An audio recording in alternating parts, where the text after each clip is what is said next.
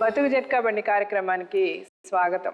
ఇది కథ కాదు జీవితం. కన్నతల్లి కారణంగా జీవితంలో ఎన్నో కష్టాలు అనుభవించింది ఆమె. ప్రేమించి పెళ్లి చేసుకున్న భర్త వల్లైనా జీవితం సంతోషంగా ఉంటుందని నమ్మింది. కానీ పెళ్ళైన తర్వాత ఆమెకు కష్టాలు అత్తమామల రూపంలో మళ్ళీ ఎదురయ్యాయి. కులం కానిదాని అంటూ దూషించిన అత్తమామలు బలవంతంగా ఆమె చేత విడాకుల పత్రం మీద సంతకం చేయించారు. తన భర్తకు మళ్ళీ పెళ్లి చేసి తనకు దూరం చేశారంటూ మొరపెట్టుకుంటున్న ఓ భార్య మనోవ్యధ ఈరోజు బతుకు జట్కా బండిలో. ఈమె పేరు సంగీత. సంగీత చిన్న వయసులోనే ఆమె తల్లి తండ్రి విడిపోవడంతో సంగీత 7వ ఏట నుండే ఎన్నో కష్టాల్ని అనుభవించింది. సంగీత కష్టాల్ని అర్థం చేసుకున్న ప్రశాంత్తో సంగీత ప్రేమలో పడింది. సంగీత ప్రశాంత్ తల్లిదండ్రులకు చెప్పకుండా 12 ఏళ్ల క్రితం కులాంతర వివాహం చేసుకున్నారు. పెళ్ళయ్యాక 1 సంవత్సరం దాకా వీళ్లు విడిగా కాపురం ఉన్నారు. సంవత్సరం తరువాత విషయం తెలుసుకున్న ప్రశాంత్ తల్లిదండ్రులు సంగీతను కులం కానిదానివి అంటూ దూషించి వీళ్లను విడదీసే ప్రయత్నం చేస్తూనే ఉన్నారు. చివరకు 7 ఏళ్ల ప్రయత్నం తరువాత ప్రశాంత్ తల్లిదండ్రులు సంగీత చేత బలవంతంగా విడాకుల పత్రంపై సంతకం చేయించి ప్రశాంత్కు వసుంధరతో 2వ పెళ్లి చేశారు. వసుంధరకు విడాకులయ్యాయి. సంగీత ప్రశాంత్ జీవితంలో లేదు అని అబద్ధం చెప్పి పెళ్లి చేశారు. 2వ పెళ్లి తరువాత ప్రశాంత్ సంగీతను పట్టించుకోవడం తగ్గించాడు. తన భర్తను తనతో కలిపి తనకు తన పిల్లల భవిష్యత్తుకు భరోసా కల్పించమంటూ సంగీత బతుకు జట్కా బండిని ఆశ్రయించింది. తన బాధలను మనతో చెప్పుకోవడానికి సంగీత తన 2 పిల్లలతో ఇక్కడికి వచ్చింది. రా సంగీత.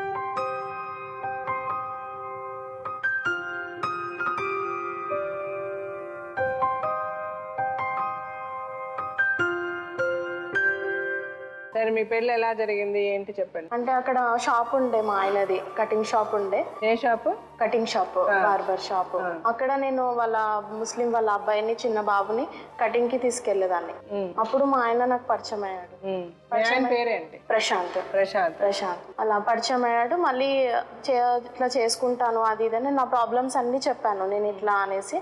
అంటే అయినా సరే నేను చేసుకుంటాను, నేను చేసుకున్న తర్వాత మీ వాళ్ళకి చెప్పవా అంటే, నేను చేసుకున్న తర్వాత నీకు చెప్తాను మా వాళ్ళకి, తర్వాత ఒప్పుకుంటారు వాళ్ళే అనేసి చెప్పాడు. సరేలే అనేసి నన్ను పెళ్లి చేసుకొని ఫ్రెండ్ వాళ్ళ ఇంట్లో ఉంచాడు.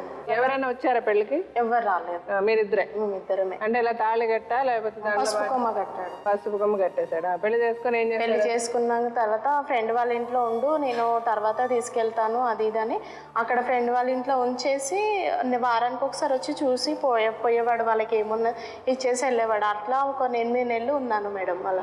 మీరు పని మానేశారు? అప్పుడు పని మానేసి తనని నమ్ముకొని ఫ్రెండ్ వాళ్ళ ఇంట్లో ఉన్నాను. ఇంకా వాళ్ళిద్దరు ఫ్రెండ్ వాళ్ళు కూడా గొడవపడి వాళ్ళిద్దరు విడిపోయారు. విడిపోయిన తర్వాత మళ్ళీ నా బతికి ఏంటి అని అంటే, అప్పుడు మా అమ్మ వాళ్ళు ఉన్న దగ్గర రెంట్కి తీసుకొని ఉంచాడు మళ్ళీ నన్ను. అప్పుడే ప్రెగ్నెన్సీ వచ్చింది. ప్రెగ్నెన్సీ వచ్చినప్పుడు అప్పుడు కూడా నేను ప్రెగ్నెంట్ ఉన్నాను కదా, మళ్ళీ ఇంకెప్పుడు చెప్తావంటే, చెప్తాను టైం వచ్చినప్పుడు చెప్తాను మా వాళ్ళకి అని చెప్పేవాడు. ఫస్ట్ పాప అన్నారు కదా? పాప పుట్టి చనిపోయింది అంత ముందు. పాప పుట్టి చనిపోయింది. 2 పిల్లలు పుట్టి చనిపోయారు నాకు. ఫస్ట్ ప్రెగ్నెన్సీకి చెప్పలే అతను? ఇంకా చెప్పలే, అప్పటికి చెప్పలేదు. పాప పుట్టి 8 నెలల్లో చనిపోయేసరికి వాళ్ళ ఇంట్లోకి ఎట్లా తెలిసిందో నాకు తెలియదు. అప్పుడు మా అత్తయ్య వాళ్ళని తెలిసింది, అప్పుడప్పుడే తెలిసి ఆయనని ఇంట్లో నుంచి ఎలగొట్టేశారు. ఎలగొట్టేసరికి నన్ను ఇంట్లో నుంచి ఎలగొట్టేశారు అది ఇదని చెప్పాడు. సరేలే మనం ఎప్పుడన్నా మంచిగా ఉందాము అది ఇదని అంటే సరే అనేసి అన్నాడు. 2 రోజులే మేడం, పాప పుట్టిన 2 రోజులకే వచ్చాడు అంతే. ఆ 2 రోజుల తర్వాత 2 రోజులే ఉన్నాడు. ఆ తర్వాత 2 రోజుల తర్వాత నాకు అది ఇది అని చెప్పాడు, మనం బాగుంటాము అది ఇదని. ఆ తర్వాత నాకు మళ్ళీ హెల్త్ ప్రాబ్లం అయిపోయింది. పాప పుట్టి చనిపోయింది కదా, లోపల ఏదో ఉండిపోయి హెల్త్ ప్రాబ్లం అయిపోయింది. ఈయన మా ఫ్రెండ్ వాళ్ళ ఇంటికి వెళ్ళి నా దగ్గర డబ్బులు లేవు నేను తెస్తాను అది ఇదని వెళ్ళిపోయాడు. వెళ్ళిపోయిందంటే మేడం నాకు మళ్ళీ రాలేదు నా దగ్గరికి రాకపోతే అక్కడ ఉన్న వాళ్ళ చుట్టుపక్కల చూసి మీ పాప బాధపడుతుంది అమ్మ, మీ అమ్మ పోయి మా అమ్మకి చెప్పారు. మా అమ్మకి చెప్తే మా అమ్మ తీసుకెళ్ళి జడ్జికనల్ అడ్మిట్ చేసి అది ఇది చేపించింది మేడం. చేపించిన తర్వాత ఇంటికి వచ్చినాను. వచ్చేసరికి ఇంట్లో ఏమేమి ప్రూఫ్స్ ఉన్నాయో అన్నీ తీసుకొని వెళ్ళిపోయాడు. వాళ్ళు కొట్టిరా మళ్ళీ తెలియదు, వాళ్ళు ఏమన్నారో తెలియదు. ఒక ఒక నెల వెయిట్ చేశాను. ఆ రెంట్కున్నాను కదా. వాళ్ళు అన్నారు ఏందమ్మా నేను ఏడుస్తుంటే ఏమన్నా చేసుకుంటావమ్మా నువ్వు ఇల్లు కాల్ చేసి అది ఇదని వాళ్ళు వెళ్ళగొట్టారు మేడం. మళ్ళీ పోయి నేను ముస్లిం వాళ్ళ దగ్గరనే అమ్మ నన్ను ఇట్లా వదిలేసి వెళ్ళిపోయిండు, నేను మీ ఇంట్లో ఉంటాను అంటే నేను జీతం ఇయ్యను వేరామని పెట్టుకున్నాను, ఉంటే ఉండు మాకేం బాధ లేదు, చిన్నప్పటి నుంచి నువ్వు మా దగ్గర ఉన్నావు కదా అని వాళ్ళు ఒప్పేసుకొని వాళ్ళ ఇంట్లో ఉన్నాను. వాళ్ళకి పని చేసుకుంటూ అక్కడే ఉన్నాను మేడం. అక్కడే ఉండి మళ్ళీ ఒక 3 months అయినాక కాల్ చేసి నువ్వు ఎక్కడ ఉన్నావు ఏం చేస్తున్నావు అని కనుక్కున్నాడు. నువ్వు ఎక్కడున్నావు అంటే నాకు చెప్పట్లేదు మేడం. అదే అలానే రోజు ఏడ్చేదాన్ని, మస్తు ఏడ్చేదాన్ని. ఇలా అయిపోయింది ఏంటి నా జీవితము, చిన్నప్పటి నుంచి మా అమ్మ నాన్న లేరు. ఇప్పుడు మా అమ్మకి కన్ను ఆపరేషన్ చేయించుకోవడానికి హాస్పిటల్ అడ్మిట్ అయ్యిందంటే నేను అక్కడికి వెళ్ళాను. సరే మా అమ్మని ఒకసారి చూసి వస్తానమ్మా అనేసి పోయి చూసేసరికి ఈయన అక్కడే ఉన్నాడు అనుకుంటా, ఆ ఏరియాలో ఉన్నాడు. నన్ను బస్సులో నుంచి చూసి దిగి అక్కడ నేను ఉన్నాను అని తెలిసి నా దగ్గర వచ్చి మాట్లాడి నువ్వు ఎక్కడ వెళ్ళిపోయినావు అది ఇది అని అంటే నేను ఎన్నో ఉన్నా నువ్వెందుకు వచ్చినావు అని కనుక్కున్నాడు నాతో. చెప్పిన తర్వాత నెక్స్ట్ డేనే మేడం వాళ్ళకి తెలిసింది నాతో మాట్లాడాడని. వీళ్ళ మామ ఎవరో వాళ్ళ చిన్నమ్మ కొడుకు మా అత్త వాళ్ళందరూ 2-3 వచ్చి మేడం నన్ను హాస్పిటల్ దగ్గరనే మా మమ్మీకి అక్కడ ఆపరేషన్ అవుతుంది, హాస్పిటల్ దగ్గరనే నన్ను కొట్టి నువ్వు మళ్ళీ మా పిల్లగాని జోలికి వస్తే నిన్ను చంపేస్తాం అనేసి నా ముంగట్నే ఆయనను కొట్టి తీసుకొని వెళ్ళిపోయారు మేడం. 2-3 నెలలు మళ్ళీ నాకు కాల్ రాలేదు, ఏం రాలేదు. మా అమ్మని వదిలేసి మళ్ళీ నేను ముస్లిం వాళ్ళ దగ్గరనే ఉన్నాను. మళ్ళీ పోయి ఉండేసరికి మళ్ళీ అక్కడ కాల్ వచ్చింది, నేను ఇక్కడ ఉన్నాను నిన్ను తీసుకెళ్తాను ఒక 1 monthలో నువ్వు రెడీ ఉండు అది ఇది అని చెప్పాడు. సరే అనేసి నేను అందరినీ కాదని మళ్ళీ వెళ్ళిపోయాను మేడం. నేను ఏమేమి ఉన్నాయో సామాన్ అన్నీ తీసుకొని ఇక్కడ కూడా స్టేషన్లో నువ్వు నిల్చుండు నేను వస్తాను అది ఇది అని అంటే సరే అని అక్కడ వెళ్ళిపోయిన తర్వాత బ్యూటిషియన్ కోర్స్ నేర్పిస్తాను నీకు అట్లన్నా మా అమ్మ ఒప్పుకుంటుందేమో. వాళ్ళ మమ్మీ అన్నదంట అది చిప్పలుగా అడిగేది, అది నా ఇంట్లో ఎందుకు అని అన్నదంట. ఆ మాటకి ఈ పని మా పని అన్న నేర్పిస్తే నిన్ను ఒప్పుకుంటారేమో అని ఆ బాధతో వచ్చి నాకు అవన్నీ నేర్పించారు మేడం. తను చేసే దగ్గర జెంట్స్ అండ్ లేడీస్ పార్లర్ ఉండే, అక్కడ సార్తో మాట్లాడి మా భార్య ఎట్లా వస్తుంది అనేసి అక్కడ పెట్టించిన తర్వాత అక్కడ వెళ్ళిన 1 monthకి మా అత్త వాళ్ళకి తెలిసిపోయింది, మళ్ళీ ఆ పిల్లని తెచ్చుకున్నాడు అది ఇదని. నువ్వు సచ్చినా నా ముఖం చూడొద్దు అని మా అత్తయ్య మళ్ళీ అన్నది. అనేసి అంటే 2-3 నెలలు ఉన్నాడు మేడం. మళ్ళీ మా అత్తయ్య మళ్ళీ కాల్ చేసి అన్న పెళ్ళి పెట్టుకున్నాము, వాళ్ళ అన్న పెళ్ళి కాలేదు అప్పటికి, అన్న పెళ్ళి పెట్టుకున్నాము నువ్వు రావా, మళ్ళీ తమ్ముడు ఏడి అంటే ఎవరన్నా అడుగుతారు కదా, రారా ఒక 1 నెల రోజులు ఉండు అది ఇది అని చెప్పిందంట. చెప్పేసి నాకు మెల్లగా చెప్తున్నాడు, ఒక 1 నెల రోజుల గురించి నేను వెళ్తున్నాను అంటే నేను అప్పటికన్నాను నాకు అక్కడి నుంచి ఇక్కడ తోలుకొచ్చినావు, నాకు ఎవరున్నారు ఇక్కడ అనేసి అన్నాను. లేదు 1 నెలలో నేను వచ్చేస్తాను అనేసి 3 years వెళ్ళిపోయాడు నన్ను అక్కడ వదిలేసి. ఫ్రెండ్స్తో పాటు అక్కడే పార్లర్లో పనిచేస్తూ అవి రెంట్ కట్టుకుంటూ ఉన్నాను. తను వారానికి ఒకసారి వచ్చి చూసేవాడు పోయేవాడు అంతే. మళ్ళీ ప్రెగ్నెన్సీ వచ్చింది నాకు, నేను ఇట్లా ప్రెగ్నెంట్ ఉన్నాను, మళ్ళీ నాకు ఇక్కడ ఎవరున్నారు అది ఇది, నేను అక్కడనే ఉంటాను మా అమ్మ వాళ్ళ దగ్గర, నేను ఇంతకుముందు ఉంచావు కదా అక్కడే రెంట్కుంటే మా అమ్మ నన్ను వచ్చి చూస్తుంది కదా అది ఇది అని చెప్పాను మేడం. చెప్తే తను నువ్వు అక్కడ వస్తే నేను రాను అని చెప్పాడు. సరే నువ్వు రాకపోయినా సరే ఇప్పుడు ఇక్కడ వస్తున్నావు కదా అక్కడ నెలకు ఒకసారి వచ్చినా సరే నాకు మా అమ్మ వాళ్ళు ఉంటారు కదా, నేను ప్రెగ్నెంట్ ఉన్నా అది ఇది అని అంటే సరే అని తోలుకొచ్చిన తర్వాత మేడం 3 months వరకు రానని 3 months వరకు రాలే మేడం. మా అమ్మ వాళ్ళ ఇంటి సైడ్ వచ్చిన తర్వాత మళ్ళీ అక్కడ చుట్టుపక్కల ఉన్న వాళ్ళు మీ ఆయన కేరళ ఉన్నాడని నువ్వు అనుకుంటున్నావు, ఆయన ఎక్కడ లేడు వాళ్ళ ఇంట్లోనే ఉన్నాడు, నువ్వు ఒకసారి వెళ్ళి చూడమ్మా అని అంటే సరే అనేసి అప్పటికి 8 నెలలు అవుతుంది మేడం నేను అక్కడ వచ్చి. సనత్ నగర్ ప్రెగ్నెంట్ ఉన్నారా మీరు? ఉన్నాను. 8 months పడింది. సో అప్పుడు వెళ్ళారా ఇంటికి వెళ్ళారా? మళ్ళీ వాళ్ళు చెప్పిన దాన్ని బట్టి నేను వెళ్ళకపోతే మేడం షాప్లో పని చేసుకుంటూ ఉన్నాడు. చూసి ఏంది నువ్వు ఇక్కడే ఉన్నావు కదా అని అంటే ఇక్కడే ఉన్నా ఏం చేస్తావు అనేసి అన్నాడు మేడం. అదే విషయంలో పక్కన ఉన్న వాళ్ళు చూసి తనకి ఎంగేజ్మెంట్ అయ్యింది అది ఇది అని చెప్పారు. 1 week ఏమో పెళ్ళి ఉంది అంటే మేడం ఆ రోజు మస్తు ఏడ్చాను మేడం. మస్తు ఏడ్చుకుంటా ఇంటికి వెళ్ళాను. 3 days అన్నం తినలే మేడం. అన్నం తినకపోయేసరికి ప్రెగ్నెన్సీ మొత్తం లోపల పాప మళ్ళీ సేమ్ ప్రాబ్లం ఫస్ట్ అయినట్టే అయిపోయి నైట్ డెలివరీ అయిపోయింది, ఇంట్లోనే అయిపోయింది మేడం. ఇంట్లో అయిపోయిన తర్వాత కూడా నేను ఇట్లా అయ్యింది అది ఇది అని అంటే వచ్చి చూసి వెళ్ళిపోయింది అంతే. వెళ్ళిపోయిన తర్వాత మళ్ళీ వాళ్ళ అమ్మమ్మ చనిపోతే వాళ్ళు పిల్లనిచ్చే వాళ్ళు అక్కడికి వచ్చారు. వాళ్ళ కుటుంబంలో అందరికీ తెలుసు మేడం నన్ను చేసుకున్నాడు, ఇట్లా అమ్మాయిని చేసుకున్నాడు అని చెప్పారు మేడం. అందరికి వాళ్ళు ఏం చేశారు, ఎవరైతే ఎంగేజ్మెంట్ అయ్యిందో పిల్లతోని వాళ్ళకి అందరికీ చెప్పేశారు, ఆ అబ్బాయికి మ్యారేజ్ అయ్యింది, మీరు ఎట్లా ఇస్తున్నారు పిల్లని, మీరు కనుక్కోలేదా అది ఇది అనేసి చెప్పేసరికి ఆ పెళ్ళి అక్కడే ఆపేసి వాళ్ళ దగ్గరికి వెళ్తే వాళ్ళు అన్నారంట ఆ అమ్మాయిని ఉంచుకుండు. ఇంతకుముందు కుండే ఇడిపించినాము, ఇప్పుడు ఏం ప్రాబ్లం లేదంటే సరే వాళ్ళు అన్నారంటే సరే ఆ అమ్మాయితో ఒక్కసారి మాట్లాడిపియండి అనేసి వచ్చారు మేడం. వస్తే వాళ్ళు వచ్చి అక్కడ వేరే ఇంట్లో నిల్చోబెట్టి నా దగ్గరకు వచ్చి నువ్వు పుస్తకం మెటలు తీసేసిరా అని మళ్ళీ వాళ్ళ బావ వాళ్ళ మా మామయ్య ఈయన అంటే నేను పుస్తకం మెటలు ఎందుకు తీసి రావాలి, నేను 3 రోజుల బ్యాలెన్స్ అని, నువ్వు పుస్తకం మెటలు ఎందుకు తీసిరా అంటున్నావు అంటే ఏమైనా ఉంటే మేము చూస్తామమ్మా అనేసి వాళ్ళ మా మామయ్య వాళ్ళ అన్న అందరు వచ్చారు మేడం. మళ్ళీ అక్కడ వెళ్ళి ఇట్లనే కొంగు కప్పుకొని వెళ్ళాను. నేను పుస్తకం మెట్టలు ఏం తీయకుండానే వెళ్ళాను. చూసి వాళ్ళేమో అన్నారు, చూడమ్మా నువ్వు ఎన్ని రోజుల నుంచి పరిచయం ఉందంటే 4 years అట్లా అవుతుంది నాకు ఆయనకు పరిచయం ఉండి అది ఇది అని అంటే సరేనమ్మా ఈయన మా పిల్లని డబ్బును చూసి చేసుకుంటున్నాడు, తర్వాత నీ దగ్గరికి వస్తాడు మా పిల్లని చేసుకుంటే మేము ఇయ్యము పిల్లని అనేసి లేసి వెళ్ళిపోయారు మేడం. అప్పటికి నా దగ్గర రేషన్ కార్డు ఉంది, మా ఇద్దరిది ఫొటోస్ ఉన్నాయి, అన్నీ ఉన్నాయి మేడం. అయితే వాళ్ళు క్యాన్సిల్ చేసేసారు, డబ్బులు ఏమి ఇచ్చారో వాపస్ తీసుకొని కులంలో పెట్టి అన్నీ చేసి తీసుకొని వెళ్ళిపోయారు. ఈయన వచ్చి నా దగ్గర నువ్వే క్యాన్సిల్ చేసావు అనేసి నన్ను కొట్టడము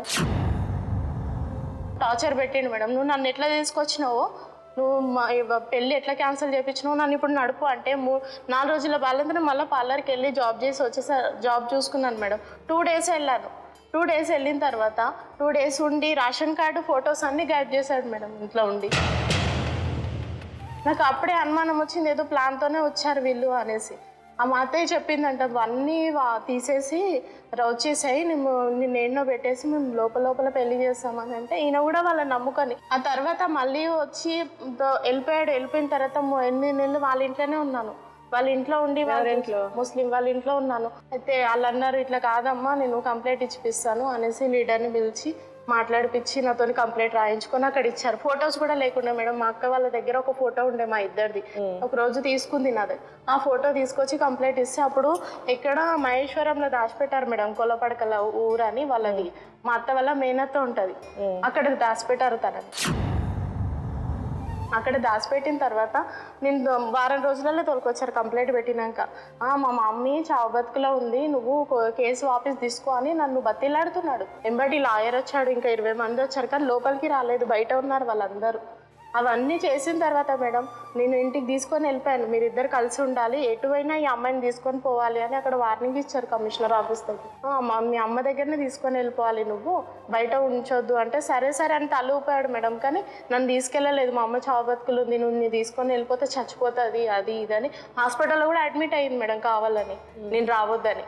చూడరా నువ్వు అక్కడ ఉంటే మేము ఎవ్వరం కాము, నీకు నువ్వు ఆమెను నమ్ముకొని ఉంటే మీకు ఎవ్వరం కాము, నువ్వు ఆమెతోనే ఉండాలి అది ఇదని ఏం చెప్పిందో మేడం. లోపల ఒక అమ్మాయిని చూసుకొని ప్రేమించి మళ్ళీ అమ్మాయిని నమ్మించి వాళ్ళు వెళ్ళి మాట్లాడి పెద్దలు మాట్లాడుకొని యాదగిరిగుట్ట అక్కడ పెళ్లి చేసుకొని వచ్చారు. అంతకుముందుకు ఏం చేశాడు, నాతో మంచిగా ఉండు, మ్యారేజ్ కాకముందుకే బాబు కడుపులో ఉన్నాడు మేడం, మస్తు కొట్టిండు, నర్స్ అడ్డం వచ్చినారు, అందరూ వచ్చారు. అబార్షన్ చేయించుకుంటావా, దీని మీద వేలిముద్ర పెడతావా అనేసి నాది ఈ చేతితో పెట్టుకున్నాడు మేడం. మళ్ళీ తర్వాత ఈ చేతితో పెట్టించుకొని ఆ పేపర్స్ ఇచ్చిన తర్వాత ఎంత మంచిగా ఉన్నాడు మేడం నన్ను మోసం చేయడానికి. బాబు పుట్టిన తర్వాత 3 monthsకే పెళ్లి చేసుకున్నాడు మేడం. నేను అప్పుడు ఏం చేయాలి నాకు ఏం అర్థం కాలేదు మేడం. నా పిల్లగాన్ని నేను చూసుకొని ఆ పిల్లగాన్ని వేసుకొని ఏడ్చుకుంటా కూర్చున్నాను, కానీ నేను ఏం చేయగలుగుతా, కంప్లైంట్ ఇచ్చిన అన్నీ చేసిన, ఇంకేం చేయను ఎన్ని రోజుల నుంచి అని చేశాను మేడం.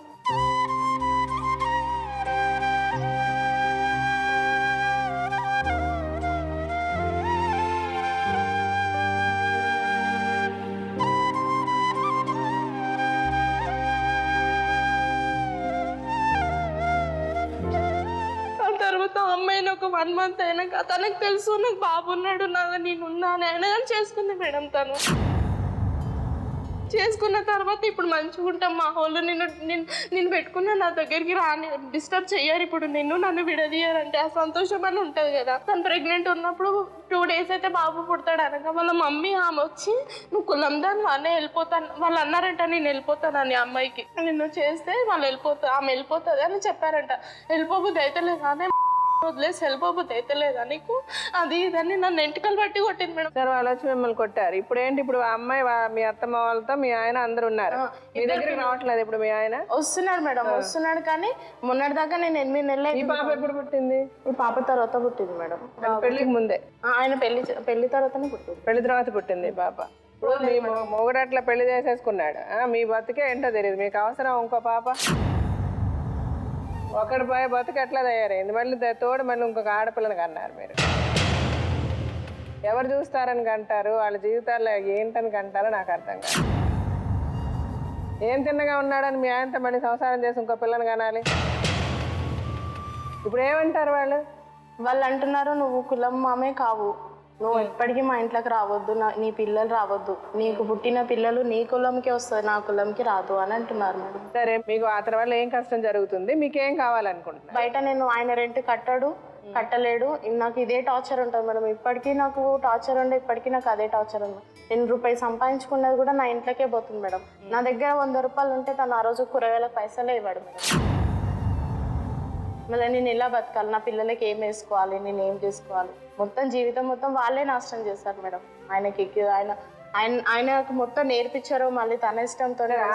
ఆయన చేశారు, వాళ్ళే తప్పు చేశారు. కానీ మీరు పెళ్లి అతను చేసుకున్నది కరెక్ట్ పద్ధతిలో చేసుకున్నారా? తప్పు ఎవరి దగ్గర ఉంది? ముందు తప్పు ఎవరు చేశారు? నాదే మేడం. సో మీరు ముందు తప్పు మీరు చేసి ఇప్పుడు వాళ్ళ దగ్గరికి చేరదీయట్లేదంటే వాళ్ళు ఎందుకు చేరదీయాలి? మీ ఆయనకి బుద్ధి ఉండాలి, మీకు బుద్ధి ఉండాలి. అప్పుడు మిమ్మల్ని ప్రేమించిన మీ భర్త అప్పుడు స్ట్రాంగ్గా ఉంటే వేరే.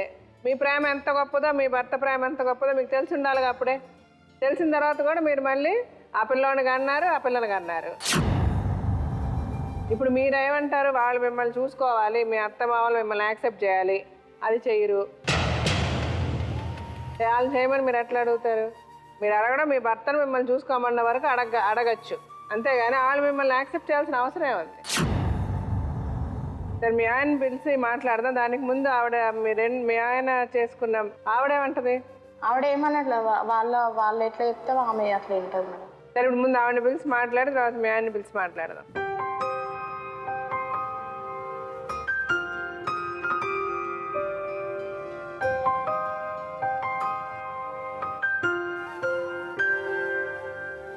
వసుంధర, ఏం చదువుకున్నారు మీరు? 10th madam. 10th.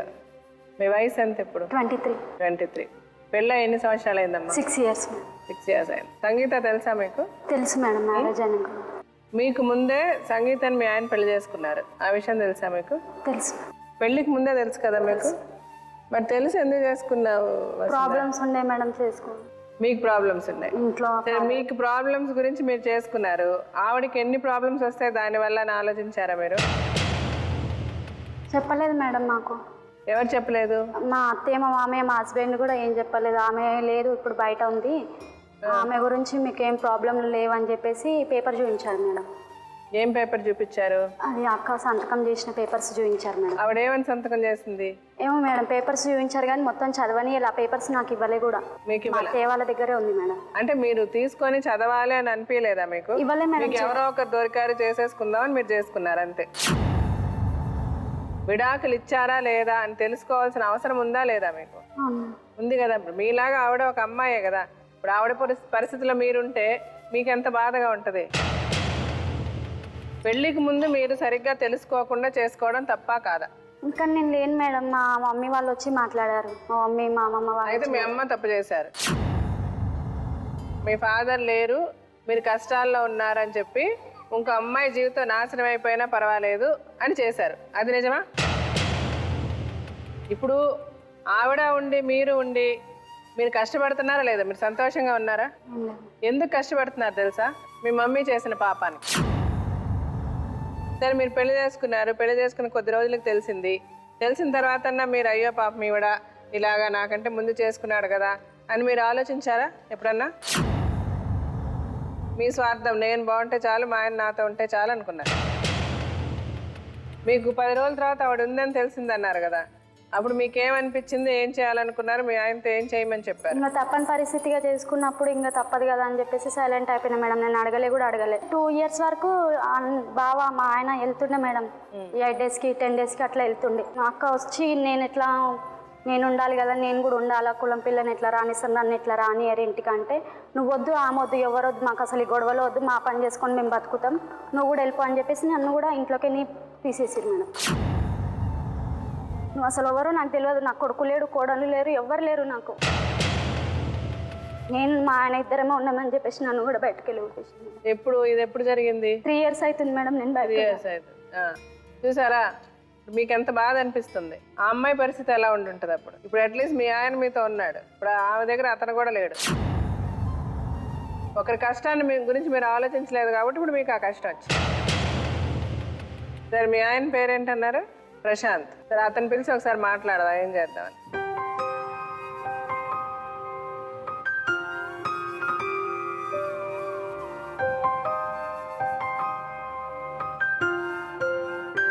ఎంత వయసు మీకు ప్రశాంత్? 30 years ఉంటుంది. ఏమైనా చదువుకున్నారా? 7th వరకు చదువుకున్నాను. 7th వరకు చదువుకున్నారు. చెప్పండి, ఆవిడని పెళ్లి చేసుకున్నారు, అవును. ఈవిడ మళ్ళీ ఎందుకు పెళ్లి చేసుకోవాల్సి వచ్చింది? ఆవిడని ఎలా పెళ్లి చేసుకున్నారు అసలు? ఆవిడ చేసుకున్నాక ఇంట్లో చెప్పినా కానీ ఇంట్లో యాక్సెప్ట్ చేయలేదు మేడం. మస్తు టార్చర్ పెట్టింది మా అమ్మ. ఇట్లా అంటే మీరు పెళ్లి చేసుకునే ముందు మీ అమ్మ నాన్నతో చెప్పారా? చెప్పలే. మరి చెప్పాలి కదా, చెప్పి ఆ తర్వాత వాళ్ళు ఒప్పుకోకపోతే వేరే, అసలు ముందు మీరు చెప్పాలి కదా. చెప్పలే మేడం. అంటే చెప్తే ఇట్లా ఒప్పుకోరు అన్నట్టుగా ఆయన కానీ చేసుకున్నా కానీ ఒప్పుకుంటారేమో అనుకున్నా. ఆయన కానీ అట్లా కూడా ఒప్పుకోలేదు మేడం. 1 year, 2 years, 4 years దాదాపు ఒక 5-6 సంవత్సరాల దాకా వాళ్ళు ఏం అది చేయలేదు. 5-6 ఏళ్ళ దాకా ఆగిన మేడం. అయినా కానీ ఇప్పుడు మా అమ్మ ఏ రేపు చచ్చిపోతా, పాప చచ్చిపోతా ఇట్లా అంటే ఆమె నాకు బ్లాక్మెయిల్ లేక చేసింది మేడం. ఇప్పుడు చుట్టుపక్కల వాళ్ళు ఎవరైనా కానీ అరే నువ్వు అమ్మని బాధ పెడతావు అంటే అది ఒక సెంటిమెంట్ ద్వారా ఈ అమ్మాయిని చేసుకోవాల్సి వస్తుంది. చేసుకున్నాక ఈ అమ్మాయికి చెప్పి చేసుకున్నాం మేము వీళ్ళ మదర్కి. ప్లస్ ఆవిడ దగ్గర సంతకాలు ఎందుకు తీసుకున్నారు పేపర్లో? సంతకాలు అప్పుడు మా ఇంట్లో మా అమ్మ వాళ్ళు వద్దు, నువ్వు ఇట్లయితేనే నేను అది చేస్తా, ఇంట్లోకి రానిస్తా, నేను రానియా నేను అట్లయినా పోయినా మేడం. కొన్ని రోజులు ఎక్కడ పోయినా ఏడ ఉన్నా ఏం చేస్తున్నావు, ఫోన్ చేసి నువ్వు రావా ఇంటికి, మా అమ్మ పరిస్థితి బాగాలేదు, జ్వరం వచ్చింది, కాళ్ళు చేతులు పని చేస్తలేవు ఇట్లా. మళ్ళీ ఇంటికి రాగానే మళ్ళీ వాళ్ళ సోది వాళ్ళు చెప్పేది మాకు. అట్లా వేసి వచ్చినాక కూడా సంతకం పెట్టిన తర్వాత పెళ్లి చేస్తావు అన్నారా? సంతకం పెట్టినాక పెళ్లి చేస్తాం. ఏం సంతకం పెట్టించుకున్నారు? నువ్వు బాండ్ పేపర్ మీద సంతకం పెట్టించుకురా. ఏమని బాండ్ పేపర్ మీద? నాకు సంబంధం లేదు అన్నట్టుగా. పెళ్లి చేసుకున్నాక కూడా నేను ఆమె 1 రూపాయి అడగకపోతుంటే ఏం చేయకపోతుంటే నాదనే ఉన్నా. ఈమె షాప్ దగ్గరికి రావడం, పిల్లలు ఉంటే పిల్లలు చెదిరించుకోవడం, ఈమె వస్తే ఎందుకు వచ్చింది అంటే దాని విషయంలో కూడా అన్నా. అమ్మ ఈమె ఎందుకు వస్తుందో ఆమె కూడా అందుకే వస్తుంది. రాదు అనడానికి నువ్వు ఎవరు చెప్పు, ఏం అవసరమో నా దగ్గరికి వస్తున్నా, మీ దగ్గరికి అయితే వస్తలేదు కదా, నీ దగ్గరికి అయితే వచ్చే 10 రూపాయలు అడుగుతలేదు కదా, నీ దగ్గరకు వచ్చి అడిగినప్పుడు అప్పుడు నాకు చెప్పు. నీ దగ్గరికి రానప్పుడు నీకు ఎటువంటి బాధ లేదు. అయినా రావద్దు, ఇడికి షాప్ దగ్గరికి రావద్దు, నా కళ్ళ ముంగట కనిపించదు అంటే అట్లా అయితే కాదు కదా, మనదు అట్లా. మీ అమ్మ నాన్నకి ఆస్తుందా? బాగా అంటే ఏం లేదు మేడం, బాగా ఉన్న ఇల్లు ఒకటే ఉంది. అంటే మధ్యలో ఇప్పుడు ఒక 4 months బ్యాక్ గొడవ అయినప్పుడు ఈమె ఇంటి దగ్గర కట్ట ఇట్లా రావద్దు నేను అది అని చెప్పేసి గట్టిగా అడిగేసరికి ఈమె ఇంట్లో ఉండేప్పుడు అంటే ఇంటికి వచ్చి ఇంట్లో ఉన్నప్పుడు ఈమె ఏం చేసింది, అదే టైంలో అదే క్షణం ఈమెను బయట నువ్వు ఆమెను ఆయన ఎట్లా వేసుకొచ్చుకుంటావు, నువ్వు అట్లా వేసుకున్నావు బయటకు పో అని చెప్పేసి ఈమెను బయటకు నొక్కి. సో ఇప్పుడు ఇద్దరిని సపరేట్ ఉంచారు? ఇప్పుడు సపరేట్ ఉంది. ఇప్పుడు ఆవిడ రేషన్ కార్డులు అవన్నీ మీరు తీసి ఎక్కడ దాసేసారంట, అలా చేశారా? అప్పుడు ఉండే మేడం, నాకు చేసిన ఉంటుంది. వేరే ఇంట్లో రెంట్కు ఉండే, పైన వేసిన ఇక అక్కడికి నుంచి షిఫ్ట్ అయిపోయినాం. ఇక అప్పుడు అక్కడ ఉండే, ఇప్పుడు ఊర్లే మళ్ళీ తీసుకోలేదు. ఇక అప్పుడు అట్లా పెట్టింది మేడం. ఇక ఎవిడెన్స్ ఏం పెట్టొద్దు, నువ్వు చేయొద్దు అది ఇది అని మీ అమ్మగారు చెప్పారు. లేకుంటే మేము గిట్లనే ఉంటాం. ఇక మేము దస్తే ఇక నీ పేరే నువ్వే చంపినట్టు అయిపోతుంది మాకంటే అదొక బాధతోటి నేను అట్లా చేయవలసి వచ్చింది. మీ అమ్మగారు చెప్పినట్టు ఎవిడెన్స్ అన్ని మీరు తీసేశారు? ఫోటోలు గిటోలన్నీ? ఫోటో ఏం లేదు, రేషన్ కార్డు ఒకటే ఉండే, అది కూడా నేను తీసేయలేదు. లాభ పైన పెట్టేసిన, ఆమెకు తెలియదు. ఆవిడ తెలియకుండా పైన పెట్టారు? పైన పెట్టాను. ఇప్పుడు ఆ ఇల్లు ఖాళీ చేస్తారు, ఇప్పుడు అది ఎక్కడ ఉందో మీకు తెలియదు? ఇల్లు తెలుసు కానీ ఇప్పుడు అది ఉందో లేదో ఆ ఇల్లు ఖాళీ చేసి కూడా 8-9 years అవుతుంది మేడం. సరే, ఇప్పుడు ఈ ప్రోగ్రామ్ కి డాక్టర్ గారు లాయర్ గారు వస్తారు, మీరు చూసే ఉంటారు కదా, వాళ్ళు కూడా పిలుస్తాం. ఇప్పుడు వాళ్ళతో చెప్దాం, ఇట్లా మీ అమ్మగారు ఇట్లా చేస్తున్నారు, మీ నాన్నగారు, ఆవిడ కూడా ఏం చెప్తారు విందాము.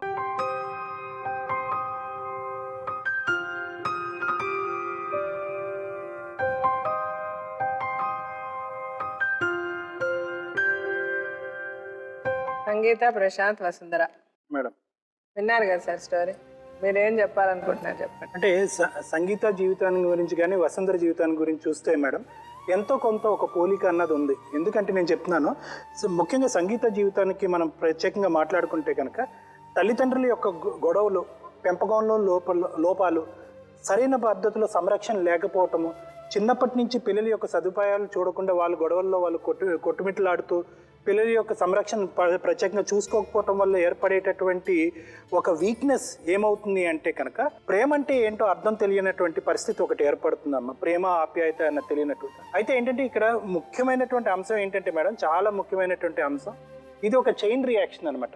ఏదైతే అంటే ఇది చాలామంది అడుగుతూ ఉంటారు, అంటే ఏమండి వాళ్ళ మదర్కి అలాగే జరిగింది, పాపకు కూడా అలాగే జరిగింది, పాపకు పుట్టినటువంటి ఇంకో పెళ్ళైన తర్వాత ఆ అమ్మాయికి కూడా అదే పరిస్థితి వచ్చింది, ఇదేంటి ఇది ఏంటంటే తలరాత విధిరాత, లేకపోతే ఇది ఏమన్నా సైంటిఫిక్ ఏదైనా రీజన్ జీన్సా లేకపోతే ఏమన్నా జరుగుతుంది? దీనికి ప్రత్యేకమైనటువంటి సైంటిఫిక్ రీజన్ అంటూ ఏమీ అక్కర్లేదు మేడం. ఎందుకంటే ఏదైతే పిల్లలు చూస్తారో అంత చంటి పిల్లలు ఇంత చంటి పిల్లలు వీళ్ళకి ఏం తెలుస్తుంది పరిస్థితి అని మనం అనుకుంటాం, కానీ ఇవన్నీ ప్రీఫిక్సేషన్ ఐడియాస్ అని అంటూ ఉంటాం అనమాట. అంటే వాళ్ళు చూసింది వాళ్ళకి మెంటల్గా ఎక్కడో మైండ్లో ఒక చోట ఫిక్స్ అయిపోతుంది అనమాట. ఫిక్స్ అయిపోయినప్పుడు ఏంటంటే సంగీత జీవితంలో ప్రత్యేకంగా ఎలాగైందో ప్రేమ అనేటటువంటి లోపం జరగటం వల్ల తను ప్రేమించేటటువంటి వ్యక్తి ఎక్కడుంటాడు అనేటటువంటి వెతుకులాట్లో వెళ్ళి ఒక ఆకర్షణకు లోనైంది. మీది 3 నెలల పాటు నెలకొకసారి ఒక అబ్బాయిని హెయిర్ కటింగ్కి తీసుకెళ్తూ ఏర్పడినటువంటి ప్రేమ అయితే కాదమ్మా ఇది. అయితే ఏంటంటే ఇంట్లో లభించినటువంటి ప్రేమ, ప్రత్యేకంగా తండ్రి దగ్గర నుంచి లభించినటువంటి ప్రేమ ఒక విధమైనటువంటి లోటుపాటు ఇది ఉంటుందన్నమాట. దానివల్ల ఏంటంటే అతని వల్లలో నువ్వు పడ్డావు, ఏంటంటే అతను ప్రత్యేకంగా ఏమీ జరగలేదు ఇక్కడ, నువ్వు ఆకర్షితురాలయో అతను నిన్ను వాడుకున్నాడు అంతే. అయితే ఏంటంటే దానికి పెళ్ళి అనేటటువంటి ఒక బంధాన్ని కలిపి తను నిన్ను పూర్తిగా వాడుకోవటం అన్నది ఇక్కడ జరిగింది. ఎందుకు నేను ఇంత ప్రత్యేకంగా ఈ మాటలు వాడుతున్నానంటే కనుక ప్రశాంత్ విషయానికి వస్తే ఏమీ జరగనట్టు అమాయకమైనటువంటి ఫేస్ పెడుతున్నాడు, కానీ ఈ ప్రాబ్లం అన్నిటికీ ఇంతమంది పిల్లలకి 2 జీవితాలకి వీటి అన్నిటికీ కారణం మీరే. ఎందుకు ఇప్పుడు ఏమీ జరగనట్టుగా ఏదో ఇప్పుడు ఇద్దరిని చూసుకుంటాను అని అంటున్నారు, కానీ మీరు అప్పుడు ఆ అమ్మాయిని ప్రేమించినప్పుడు కానీ ఆ అమ్మాయిని పెళ్లి చేసుకున్నప్పుడు కానీ ఆ తర్వాత ఈ అమ్మాయిని పెళ్లి చేసుకున్నప్పుడు కానీ మీ ఇండివిజువాలిటీ ఏమైంది అనేటటువంటిది ఇక్కడ ఉండేటటువంటి ప్రత్యేకమైనటువంటి ప్రశ్న. నేను ఎప్పుడు ఏమంటానంటే ప్రేమించేటటువంటి యువకులకు ప్రత్యేకంగా నేను చెప్పేటటువంటిది ఏంటంటే ఫస్ట్ మీరు ఏ స్థానంలో ఉన్నారో అనేటటువంటిది కనిపెట్టండి. ఇప్పుడు మీ స్థానం ఏంటి, మీకు 30 years వచ్చినాయి, మీకంటూ ఒక ప్రత్యేకమైనటువంటి వ్యాపారం లేదు, మీ తండ్రి ఇచ్చినటువంటి సెలూన్ షాపు అదే మీకు దిక్కు, అతనికి పెరాలసిస్ వచ్చింది, మీ తల్లితో గొడవలైనవి, ఇప్పుడు అది కూడా మీకు లేకుండా అయిపోయింది, మీ బ్రతుకు తెరువు ఏంటి? అంటే ఏంటంటే ప్రేమించటం పెళ్లి చేసుకోవటం అన్న చాలా ఈజీ, లైఫ్లో సెటిల్ అయ్యి పెళ్లి చేసుకోవటం అన్నది చాలా కష్టం. అందరూ ఈ రోజుల్లో ఉన్నటువంటి యువతులందరూ కూడా గుర్తుపెట్టుకోవాల్సినది. అలాగే సెటిల్ మీ పర్సనల్గా మీరు మేము సెటిల్ కాలేము అని అనుకున్నప్పుడు ఎంత ప్రేమించి ఎందుకు పెళ్లి చేసుకోవడం, మీ అమ్మా నాన్న చెప్పిన వాళ్ళే చేసుకోండి. ఇప్పుడు మీరు ప్రతిదానికి మీరు ఒక రీజన్ చెప్తున్నారు. ఇప్పుడు అమ్మాయిని ఎందుకు అలా చేశారంటే మా అమ్మ చెప్పింది, ఆ అమ్మాయి ఎందుకు సంతకం పెట్టించుకున్నారంటే మా అమ్మ చెప్పింది. అలా కాదండి, ఎక్కడ పోయినా నాకు ఫోన్ చేసి అవును సార్ మీరు ఫోన్ మీరు అటెండ్ చేయాల్సిన అవసరం ఏముంది? మీరు అమ్మ వచ్చేది మళ్ళీ ఏమండి నేను ఎక్కడ ఉన్నావని పంపించేదానికి. అవును పంపించినా నేను రాను. మీరేం మేజరు ఇష్టపడి పెళ్లి చేసుకున్నారు, ఒక డెసిషన్ తీసుకున్నాక తల్లిదండ్రులన్నా అనుకోవాలి, వైఫ్ అన్నా అనుకోవాలి. మీరు మీ అమ్మా నాన్న కాదని చేసుకున్నప్పుడు అమ్మాయికి సెక్యూరిటీ ఇవ్వాలి, కానీ మీ అమ్మా నాన్న ఎక్కడ పడితే అక్కడికి వచ్చారు, ఫోన్లు చేశారు అని వాళ్ళు మాట్లాడితే కరెక్టే సార్. చేసేసి తప్పు చేసేసాను నేను చెప్పేది కొంచెం అర్థం చేసుకోండి ప్రశాంత్. చేసేసాము తప్పు చేసేసానంటే కాదు. ఇప్పుడు 2 పిల్లల్ని కన్నారు, అక్కడ మళ్ళీ చేసుకుని 2 పిల్లల్ని కన్నారు. ఇక్కడ మీకే టికానా లేదు, టీకి కాఫీకి, మీకు 4 పిల్లలు. మీ అమ్మా నాన్న ఇల్లు వదిలి పొమ్మన్నారు, మీకు ఏ రైట్ ఉందని మీ అమ్మా నాన్న దగ్గర నుంచి ఏం తెచ్చుకోగలరు? అంటే చాలా ఈజీగా చెప్పేస్తారు. అట్లీస్ట్ మీరు మిమ్మల్ని చూసా 10 మంది నేర్చుకుంటారని చెప్తున్నాం. జీవితంలో తప్పు చేసేసామనడం చాలా ఈజీ మేడం. చేసి కూడా నేను చూసుకుంటున్నాను మేడం, వదిలేలే కదా. సరిగ్గా చూసుకోగలుగుతున్నారా? సరిగ్గా చూసుకుంటే ఇంత దూరం మీరు ఎందుకు వచ్చారు? నేను నాది ఇప్పుడు నేను ఉన్న కాడ చేసుకున్నా గానీ వాళ్ళు రోజు ఏదైనా ఒకటి నాతోటి గొడవ పడడం, అదే అండి ఊరికే ఎవరైనా రావడము, ఊరికే చూస్తే ఎందుకు రానిస్తున్నావు అలా కాదు ప్రశాంత్. ఊరికే ఎందుకు వస్తారు? వాళ్ళకి ఏదో కష్టం ఉంటేనే కదా. అదే మేడం నేను వాళ్ళకి అదే చెప్తా మేడం, మా అమ్మకు కూడా అదే చెప్తా. నీ దగ్గరకు వస్తలేదు కదా నా దగ్గరకు వస్తుంది. ఆమె ఏదో పైసలు లేకుంటే ఏదో అవసరం అనుకో ఏదని చెప్పని కదా నా దగ్గరకు వస్తుంది. నువ్వు అంత ఎక్స్పెరిమెంట్ కావద్దు కదా, ఆమె వచ్చినప్పుడు నువ్వు అంత గొడవ పడేసి. మీరు చేసిన తప్పు ఎంత పెద్ద తప్పో మీరు అర్థం చేసుకుంటారని చెప్తున్నాం సార్. చెప్పండి. ఇప్పుడు మీరు చాలా తెలివైన వ్యక్తి. నేను ఒకటి మీ అందరు తెలివితేటలు ఇందాక నుంచి మనం విశ్లేషణ చేస్తున్నప్పుడు ఏంటంటే మీరు సమాజం గురించి బాగా అవగాహన ఉన్నటువంటి వ్యక్తి, ఏది తప్పు ఏది ఒప్పు అన్నీ తెలిసినటువంటి వ్యక్తి. మీరు తెలియనటువంటి వ్యక్తి ఏం కాదు. ఎటొచ్చి ఏంటంటే జీవితంలో అనుకున్న పద్ధతిలో మన అందరూ కావాల్సినటువంటి పద్ధతిలో ఇప్పటికీ మీరు సెటిల్ అవ్వలేకపోయారు. వీళ్ళిద్దరి సంగతి ఏంటంటే వీళ్ళిద్దరు అమ్మాయి తండ్రి చనిపోవటం వల్ల, ఆ అమ్మాయి తండ్రి ఒక పోషణ లేకపోవటం వల్ల వీళ్ళిద్దరి యొక్క మానసిక ఎదుగుదల పూర్తి స్థాయిలో లేదు. అంటే ఒక విధంగా ఏంటంటే వీళ్ళ తెలివితేటలకు సంబంధించి మీ ఇద్దరి కంటే 2 రెట్లు తక్కువ ఉన్నారు. వాళ్ళిద్దరిని మీరు అడ్వాంటేజ్ తీసుకుని మీరు గుప్పెట్లో పెట్టుకున్నారు. ఇప్పుడు వాళ్ళిద్దరు పోషణ అని మీరు మాట్లాడుతున్నారు. పోషణ అనేటటువంటి మాట చెప్పినంత ఈజీ కాదండి. ఎందుకంటే వీళ్ళు మొత్తం అందరూ కలిపి వీళ్ళిద్దరూ, మీకు 2 పిల్లలు, మొత్తం 6, మీతో కలిపి 7. ఈ రోజుల్లో ఇద్దరు భార్యాభర్తలు ఇద్దరు కష్టపడినా కూడా సంసారాలు గడవనటువంటి పరిస్థితి. అటువంటి పరిస్థితుల్లో మీరు వీళ్ళందరికీ న్యాయం చేస్తారని అన్న మీకు మనస్సాక్షి మీద మీరు చెప్పగలరా? చెప్పలేరు. మీరు మాట వరుసకైతే అంటారు. సో మీరు ఏంటంటే చాలా లాంగ్ ప్రాసెస్ని షార్ట్ కట్గా చేసి చూపెట్టి అందరినీ మభ్య పెడుతున్నారు. అంటే నేను ఎందుకు చెప్తున్నాను అంటే కనుక ఇక నుంచి అయినా కూడా మీ ఆలోచన శైలిలో మార్పు రావాలి. వీళ్ళిద్దరికీ ఏమీ తెలియదండి. వీళ్ళిద్దరు అనుకున్నదే, మీరు నమ్మించిందే, మీరు ఏదైతే ప్రపంచాన్ని చూపెట్టారో ఆ ప్రపంచాన్నే వాళ్ళు నమ్ముతారు. ఈ రోజు కాదు, రేపైనా కూడా, ఎప్పటికీ కూడా అదే నమ్ముతారు. కానీ ఆ ప్రపంచాన్ని మీరు మసిపూసి మారేడుకాయ వేసి చూపెట్టడం అన్నది జరగకూడదు. తప్పు చేసామా, తెలిసి చేసామా, తెలియక చేయలేదా, చేసామా అన్నది పక్కన పెట్టి తప్పులు అందరే చేస్తాం ప్రశాంత్. నేను మీరు చేసింది, మీరు ఒక దుర్మార్గుడు దుష్టుడని నేను అనడాలే. మీరు సంగీతం వదిలేయాలనో లేకపోతే వసుంధరని మోసం చేయాలనో చేశారని నేను అనడాలే. కానీ మీలో సీరియస్నెస్ లేదు, మీ థింకింగ్లో సరైన విశ్లేషణ లేదు. మీరు కరెక్ట్గా ఆలోచించుకోవాలి ఏది కూడా. అదే ఈరోజు మీ పరిస్థితికి కారణం. ఇది దేనివల్ల చెప్తున్నాం అంటే, ఎందుకు మాట్లాడుతున్నాం అంటే, ఏదో మీరు చేసిన తప్పును మళ్ళీ వేలెత్తి చూపించడమో, మళ్ళీ మిమ్మల్ని గుచ్చి అనడమో అని కాదు. ఇది చూసే వాళ్ళకి ఒక లెసన్ అవుతుంది. ఇంకొకరు ఇలాంటి తప్పు చెయ్యొద్దు. ఇప్పుడు మీరు సంపాదించే రూపాయి, ₹10 ఇప్పుడు 7 తినాలి. ఇంతకు ముందు షాప్ ఉన్నప్పుడు కూడా మేడం ఇంట్లో ఇక్కడ కాకుండా వేరే చోట ఉండే అనమాట. అక్కడ నేను మా బ్రదర్ ఇద్దరం చేసేవాళ్ళు. మా ఫాదర్ అప్పుడు బాగానే ఉండే, అప్పటికే ఆయన కాజే పడుకోలేదు, ఆయననే మెయింటైన్ చేసేవాళ్ళు. అప్పుడు కూడా మాకు రూపాయి ఇట్లా తీసుకో, ఇట్లా పెట్టుకో, మళ్ళా మీ పాకెట్ మనీ మళ్ళీ చేస్తారు కదా మీరు పెట్టుకోరని కూడా అనరు. నేను అనేది మీరు మేము అడిగినా కూడా ఇవ్వకపోయేది. ప్రశాంత్, మీరు అలాగ అనుకోవడమే తప్పు. తల్లిదండ్రుల బాధ్యత. సరే, వాళ్ళు పెంచారు, మిమ్మల్ని పెద్ద చేశారు, మీ బతుకు మీరు బతకడం అన్నది మీ బాధ్యత. మీరు పెద్దయ్యాక కూడా తల్లిదండ్రులు మీకు ఇవ్వాలని మీరు అలా చేస్తాం కదా మేడం, వర్క్ చేస్తాం కదా, వర్క్ చేసినాక నాకు డబ్బులు ఇవ్వడం అంటారు. ఏమన్నా పాకెట్ మనీ, జీతం కూడా ఇవ్వరు. పాకెట్ మనీ జీతం అంటే మరి అలాగా మీ తండ్రి గురించి మీరు తెలిసి ఇలాంటి తప్పట్లు చేస్తారు మీరు. ఇప్పుడు మీ ఫాదర్ ఎట్లాంటి వారని మీకు తెలుసు. మీరు తెలిసి తప్పు చేసింది మీరా ఆయన మనస్తత్వం ప్రకారం ఆయన అలాగే ఉన్నారు. ఆయన మారతారని అనుకుని మీరు తప్పు చేశారు, అవునా కదా? అదే మ్యామ్, మీరు చెప్పండి. మేడం, ఇది కోర్టు భాషలో he has not approached this court with clean hands అని అంటాం. అంటే ఎవరి దగ్గరికి మన దగ్గరికి వచ్చే ముందు కరెక్ట్ అయిన న్యాయంతో కరెక్ట్ అయిన సొల్యూషన్కి కావాలని వచ్చాడు అని చెప్పలేం. అలాంటివి ఈయన మీ దగ్గర చాలా దాచిపెట్టారు. అదేంటంటే ఫస్ట్ లెటర్ మేడం, ఇదేంటంటే ఒక డిక్లరేషన్ లెటర్ ఉంది. అసలు ఇది అర్థం కాలేదు నాకు. ఇందాక నుంచి నేను చదువుతుంటే బిఫోర్ దిస్ ఆఫీసర్స్ అని ఉంది. అంటే ఇక్కడ ఏదో ట్విస్ట్ ఉంది, ఏదో మీ దగ్గర దాచిపెట్టారని చెప్పి నేను మళ్ళీ వాళ్ళని అడిగితే మాకు తెలిసింది ఏంటంటే, ఇతను పెళ్ళైన తర్వాత 2008లో వాళ్ళ అమ్మ వాళ్ళు ఇతను తీసుకెళ్ళిపోయారట. తీసుకెళ్ళిపోతే ఒక 9 months ఈ అమ్మాయితో అసలు కనీసం కమ్యూనికేషన్ లాంటిది అలాంటిది ఏది పెట్టుకోకపోతే ఈ అమ్మాయి south zone commissioner of police south జోన్కి అక్కడ కంప్లైంట్ ఇచ్చారు.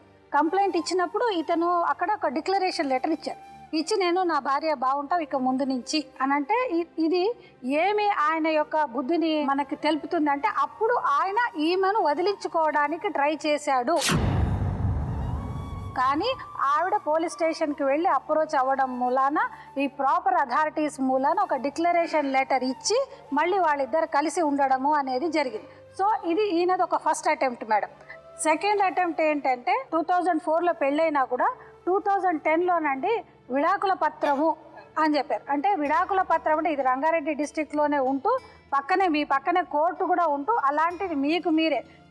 ఇందులో ఇంకొక ట్విస్ట్ ఏంటంటే మేడం, వీళ్ళు ఏదైతే 20 రూపీస్ నోటరీ తీసుకున్నారో దాని మీద సెల్ఫ్ అంది, అంటే మీరే తెచ్చుకున్నారు. మేము అంత కూలంకుషంగా ఏదైనా ఒక పేపర్ ఇచ్చినప్పుడు వేరే వాళ్ళ ప్రోద్బలంతో నేను తెచ్చాను అని మీరు ఒకవేళ రేపొద్దున అన్నా కూడా మాకు ఒక ప్లీ అనేది, అంటే ఒక కారణం అనేది మేము చూస్తుంటాం. సో ఈయననే వెళ్ళి ఈ స్టాంప్ పేపర్ లాంటిది తెచ్చుకుని దీన్ని దీంట్లో ఏం రాశారంటే మేడం, మా ఇద్దరం భార్యాభర్తలకి మా ఇద్దరికి పడట్లేదు, కనుక మేము ఇద్దరం విడిపోతున్నాము అని చెప్పేసి ఈ అమ్మాయిది ఇక్కడ వేలి ముద్ర ఒకటే ఉందండి. అంటే ఇది వీళ్ళకు ఒక విడాకుల పత్రం, 20 రూపాయల స్టాంప్ పేపర్ మీద, మీరు తీసుకున్న స్టాంప్ పేపర్ మీద ఇది ఒక విడాకుల పత్రం.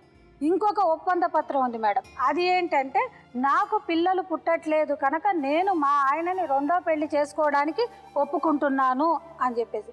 అది నేను ఇందాక అదే సంగీతని అడుగుతూ అమ్మాయి అనింది, ఎప్పుడైతే నేను ఈ ఒప్పంద పత్రం సంతకం చేసేటప్పటికి నాకు 7 నెలల కడుపు. అంటే ఆయన ఏంటంటే విపరీతమైన ఫ్రాడ్. ఇది ఒక ప్రీప్లాన్డ్గా ప్రతి ఒక్కటి, అంటే మీరు అనుకుంటున్నట్టు ఇవి పేపర్స్ ఏవో పనికొస్తాయి అని అనుకుంటున్నారు, కానీ తెలివైన వాళ్ళు ఎక్కువ తప్పులు చేస్తారు అని అంటారు మా భాషలో. అలాంటి ఇవన్నీ చేసి మేడం వీళ్ళు ఇందాక నుంచి మేము అడుగుతుంటే నీకు ఏం కావాలి అని అంటే ఆయన ఇక్కడ మనల్ని అందరినీ ఫిక్స్ చేసి ఒక ప్లాన్ తోటి ఇక్కడికి వచ్చారు. అదేంటంటే వీళ్ళని బాగా చూడట్లేదు, వాళ్ళు బాగా చూడట్లేదు అని కాదు. మీరు ఏమంటున్నారు, మీ పేరెంట్స్ యొక్క ఆస్తిలో మాకు భాగం కావాలి అని అంటున్నారు. ఒకటి అర్థం చేసుకోండి, ఎప్పుడైతే మీరు ఈమెను పెళ్లి చేసుకుంటారు, ఈమె నా భార్య, ఈమెతో నేను సరిగ్గా ఉంటానని ఎప్పుడైతే మీరు ఆ సౌత్ జోన్ పోలీసుల ముందు మీరు ఒప్పుకొని రాశారో అంటే ఈమె మీకు లీగల్లీ వెడ్డెడ్ వైఫ్ అన్నట్టు. ఆమెను మీరు పెళ్లి చేసుకుంటే ఇందాక ఆమె ఏమని చెప్పింది, నాకు తెలుసు కానీ నేను ఒప్పుకున్నాను అంటే ఆవిడ రేపొద్దున చీటింగ్ కేసు అనేది పెట్టే అవకాశం ఆవిడ కూడా పోగొట్టుకుందండి. ఇంకొకటి అమ్మ, ఏదైతే మీరు ఈ పేపర్స్ ఏదైతే మీరు చెప్పారో ఇవన్నీ కూడా అసలు చాలా ఇల్లీగల్. ఏదైతే విడాకులు అనేది ఉంటుంది కదా, ఈ విడాకులు అనేవి చెల్లవు. ఆ అమ్మాయి ఒక మాట ఇందాకటి నుంచి చెప్తోంది, నేను చదవలేదు అని చెప్పేసి ఆ అమ్మాయి చెప్తోంది. ఈ అమ్మాయి ఏమనింది, నా వేలి ముద్ర అని చెప్పింది. వీళ్ళిద్దరిట్లో ఎవరొక్కరైనా మీరు కంప్లైంట్ లాంటిది చేస్తే మీరు ఇందాక ఒక మాట అన్నారు, మా అమ్మ వాళ్ళ దగ్గర ఎవరన్నా ఒకరిని ఉంచడానికి, అది కేవలము ఇక్కడ ఆయన చెప్పే ఒక కుంటి సాకేమో అని అనిపిస్తుంది మేడం.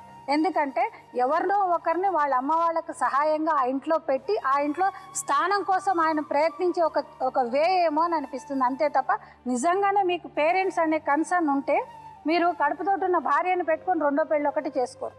ఇంకోటి, పెళ్లి చేసుకున్నా కూడా పిల్లలు పుట్టరు అనే వంకతోటి మాత్రం చేసుకున్నారంటే మాత్రం అది చాలా అన్యాయం, 7 నెలల కడుపున్న పిల్లతోటి. ఇంకోటి, కట్టుకుని ప్రేమించిన పెళ్ళాన్ని 10 నెలల పాటు ఏ కమ్యూనికేషన్ లేకుండా పోలీసు వాళ్ళు పట్టుకొచ్చిన తర్వాత ఆయన బయటికి వచ్చాడు అని అంటే ఆయనకి ఫస్ట్ భార్య మీద అంటే వీడి మీద ఎంత కన్సర్న్ ఉందో అర్థమవుతుందండి. అంటే అటు తల్లిదండ్రుల మీద లేదు, ఇటు కట్టుకున్న 2 భార్యల మీద లేదు, కేవలం మీరు అవకాశవాది అనే అనిపిస్తుంది. ఎందుకంటే ఈ పేపర్స్ అన్నీ కూడా టైం టు టైం మీరు క్రియేట్ చేసుకున్నారు, అంతే తప్ప దీనికి ఎటువంటి వాల్యూ ఉండదు. మీ అమ్మ వాళ్ళు ఇచ్చారంటే మీరు కలిపి అన్నం పెడితే తినే అంత వయసులో అయితే లేరు కదండి. అలాంటప్పుడు 9 నెలల పరిస్థితికి అట్లా చేయవలసి వచ్చింది మేడం. ఏం పరిస్థితి? ఇందాక చెప్పిన ఏమనంటే ఎవరన్నా మీ అమ్మ అట్లేదుంది, కాళ్ళు పడిపోతున్నాయి, కాళ్ళు చేస్తలేవు, చేతనైతలేదు ఆమెకి. అవునండి, మీ అమ్మ నాన్న మీద అంత ప్రేమ మీకు ఉండుంటే అసలు మీరు ఇలాంటి పనులే చేయరు. అదే చెప్తున్నారు ఆవిడ. అవసరమేముంది అంటే మీరు ఎక్కడికక్కడ ఏంటంటే మీకు నచ్చింది మీరు చేసుకుంటూ నిజం ఒప్పుకోవాలి ప్రశాంత్. ఇవన్నీ అదే చెప్తున్నా, మీకు నిజమైన ప్రేమల వల్ల మీరు చేయలేదు. నిజమైన ప్రేమల వల్ల చేయలేదు. నిజమైన ప్రేమ ఉంటే, ఆమె మీద నిజమైన ప్రేమ ఉంటే ఆమెను అలా వదిలేరు, ఆవిడతో ఇలా చేయించుకోరు. 10 నెలలు ఆవిడ వదిలేసి వెళ్ళిపోతే పోలీసులు వచ్చి మిమ్మల్ని ఎత్తికి పట్టుకొచ్చి తీసుకురావాల్సిన అవసరం ఉండదు. నిజమైన ప్రేమ ఉంటే నిజంగా మీ అమ్మా నాన్న అలా చేస్తుంటే అమ్మా నాన్నతో వద్దమ్మా నాకు ఏ అమ్మాయి కావాలని వచ్చి అమ్మాయితో ఉంటారు. ఆమెతో మీ అమ్మా నాన్నలతో కలిసి రేషన్ కార్డులు మాయం చేయడాలు, ఏమో కనబడకుండా వెళ్ళిపోవడాలు, ఇన్ని చేశారు. ఇన్ని చేసి మళ్ళీ ఆవిడ పెళ్లి చేసుకోవాల్సిన ఇంకొక పిచ్చిది. అంటే ఇవన్నీ కూడా మాతో మీరు చెప్పడానికో లేకపోతే మీరు చేసింది మీరు సమర్థించుకోవడానికో చెప్తున్నారు, కానీ ఇవి ఏది కరెక్ట్ కాదు. అప్పటికప్పుడు మీరు ఏమనుకున్నారు, సరే అవసరమైతే అమ్మాయిని వదిలించుకుందాం అనుకున్నారు, కుదరలే. అమ్మాయి పోలీస్ స్టేషన్కి వెళ్ళింది. సరే మీ అమ్మ నాన్న సపోర్ట్ లేకపోతే ఎట్లాగా, నాకు ఇల్లు కావాలి, వాకిలు కావాలి, సపోర్ట్ కావాలి. సరే ఇంకో పిచ్చిది పట్టుకొద్దాం, ఈమె ఇంటికి వెళ్తుంది. సరే అప్పుడు మళ్ళీ ఈమె వెంట పడింది, సరే ఈయన ఏదో కన్విన్స్ చేసి తీసుకెళ్ళిపోదాం లోపలికి. అంటే మీరు పరిస్థితులను బట్టి ఎలాగొస్తే అలాగా అడ్జస్ట్ అయిపోతున్నారు తప్పితే మీరు నిజమైన ప్రేమలు ఎవరి మీద మీకు లేనట్టే.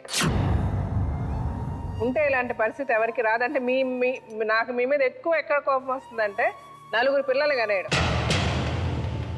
ఇక మనకి పైసా ఠికానా లేదు, సరైన జాబ్ లేదు, అమ్మ నాన్న బయటకు పొమ్మంటే ఇల్లు లేదు. ఇలాంటి పరిస్థితుల్లో సరే పెళ్లిళ్ళు చేసుకోవడం పక్కన పెడితే 2 పిల్లలు. అంటే మీకు సీరియస్నెస్ లేదనే చెప్తున్నానండి. జీవితాన్ని ఎంత లైట్గా తీసుకుంటున్నారంటే మీరు అందరూ కూడా, ఎవరిలో కూడా సీరియస్నెస్ లేదు. ఆడవాళ్ళు ఈజీగా వదిలేయచ్చు, ఏడ్చుకుంటూ తిరుగుతారు రోడ్లు అమ్మట, ఎక్కడికి వెళ్తారు? అలా కాస్త వాయిస్ కొంచెం ఫైట్ చేసే కెపాసిటీ ఉన్నవాళ్ళు ఇలా రాగలుగుతున్నారు. ఎంతమంది రాగలుగుతున్నారు, ఎంతమంది వాళ్ళ రైట్స్ గురించి వాళ్ళ న్యాయం గురించి ఎంతమంది ఆడవాళ్ళు పోరాడగలుగుతున్నారు? పిల్లల్లో కూర్చొని నేర్చుకోవడం తప్ప. ఆ వీక్నెస్ ఒక పెద్ద అడ్వాంటేజ్ అయిపోయింది మీ అందరికీ. మీరేం చేయాలంటున్నారు, మీరేం చేయాలనుకుంటున్నారు? మీ అమ్మ నాన్న ఆస్తి మిమ్మల్ని మీరు వాళ్ళని అడగడానికి మీకు ఏ రైట్ లేదు. సో వాళ్ళు అది చేయలేదు, వాళ్ళు ఇది చేయలేదు, వాళ్ళు రానివ్వలేదు, ఆ మాటలు వద్దు ఇక్కడ. మీరు ఎలా ఉంటారు, మీకేం కావాలి? మీకు కూడా అదే చెప్తున్నానమ్మా. మీరు ఇక్కడికి వచ్చి వాళ్ళ అమ్మ నాన్న నా పిల్లల్ని ఎదిరించుకున్నారు, ఆడపిల్లల దగ్గర తీసుకున్నారు, ఇవన్నీ మీరు అడగడానికి లేదు, మీరు చెప్పడానికి లేదు. వాళ్ళని ఎవరిని అడిగి మీరు వెళ్ళి ఏమని చెప్పి మీరు నా పిల్లల దగ్గర తీసుకోండి అని అడుగుతారు? మీరు సరైన పద్ధతిలో పెళ్లి చేసుకొని ఉంటే అప్పుడు వేరే. ఇప్పుడు మీకు ఏం కావాలనుకుంటున్నారు, మీరు ఎలా ఉండాలనుకుంటున్నారు? మీ అత్తమామల గురించి మాట్లాడకండి, మీకేంటి చెప్పండి. తను చెప్తుంది మేడం బయట ఆమె ఉంచుకున్నామే నేనే పెళ్ళాన్ని అని చెప్తుంది మేడం. సరే ప్రతి దాంట్లో ఉండండి, ఆవిడ బయట ఉంచుకున్నా నేను పెళ్ళాన్ని అని చెప్తుంది. ఇప్పుడు అది ఆవిడ చెప్పకూడదు. ఇంకా మళ్ళీ మా మామయ్య ఆమె కోసం వాళ్ళ ఇంటికి వస్తాడు.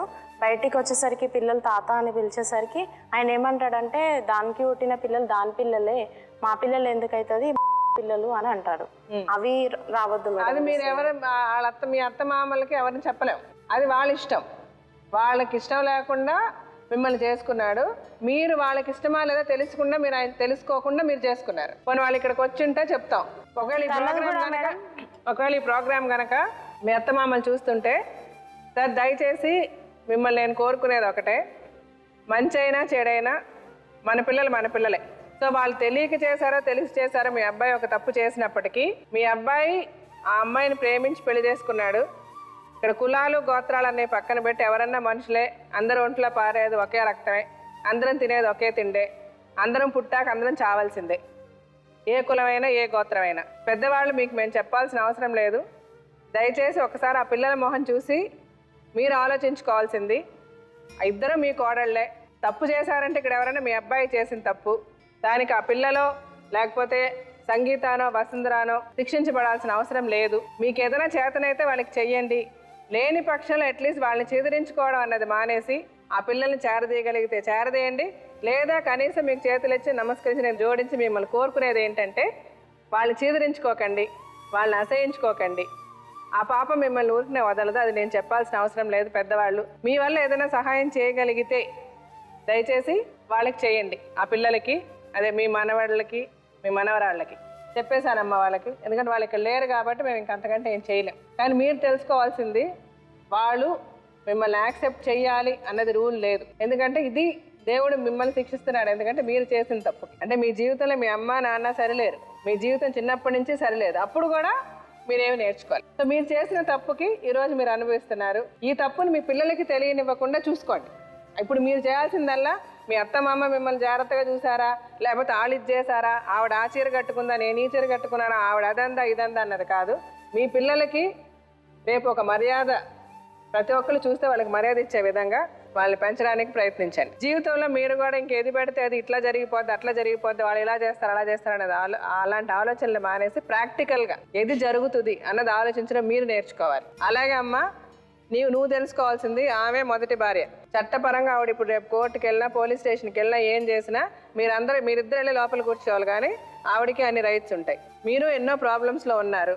సో మీరు ఒక స్త్రీగా, సాటి స్త్రీ, ఆవిడ మనసును అర్థం చేసుకొని ఆవిడకి మర్యాద ఇవ్వడం నేర్చుకోండి, అప్పుడే మీకు మంచిది. సో మీరు ఆవిడని అలాగ అనడం చాలా తప్పు. మీరు అన్నారా లేదా మీ మనసుకి తెలుసు. సో అది మీరు దయచేసి మీరు మార్చుకుంటే మేము చాలా సంతోషపడతాం. మీరందరూ ఒకటిగా ఉండండి. సరే మీరందరూ కలిసి ఒకే ఇంట్లో ఉండండి అని నేను చెప్పలేను, కానీ మీరందరూ ఒకటి.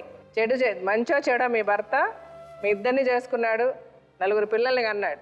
సో మీరందరూ ఒకరికొకరు సహాయం చేసుకొని మీరందరూ కలిసి ఉంటేనే మీరందరూ బాగుండగలుగుతారు. రేపు మీ అత్తమామలు కూడా మీకు ఏదన్నా చేయడానికి అవకాశం ఉంటుంది. నిజంగా నేనేమంటానంటే ఇది మీకు దేవుడు విధించిన శిక్షనే అనుకోండి. మీరు వాళ్ళని నమ్మేసి వాళ్ళు ఏది చెప్తే అది చేశారు కదా.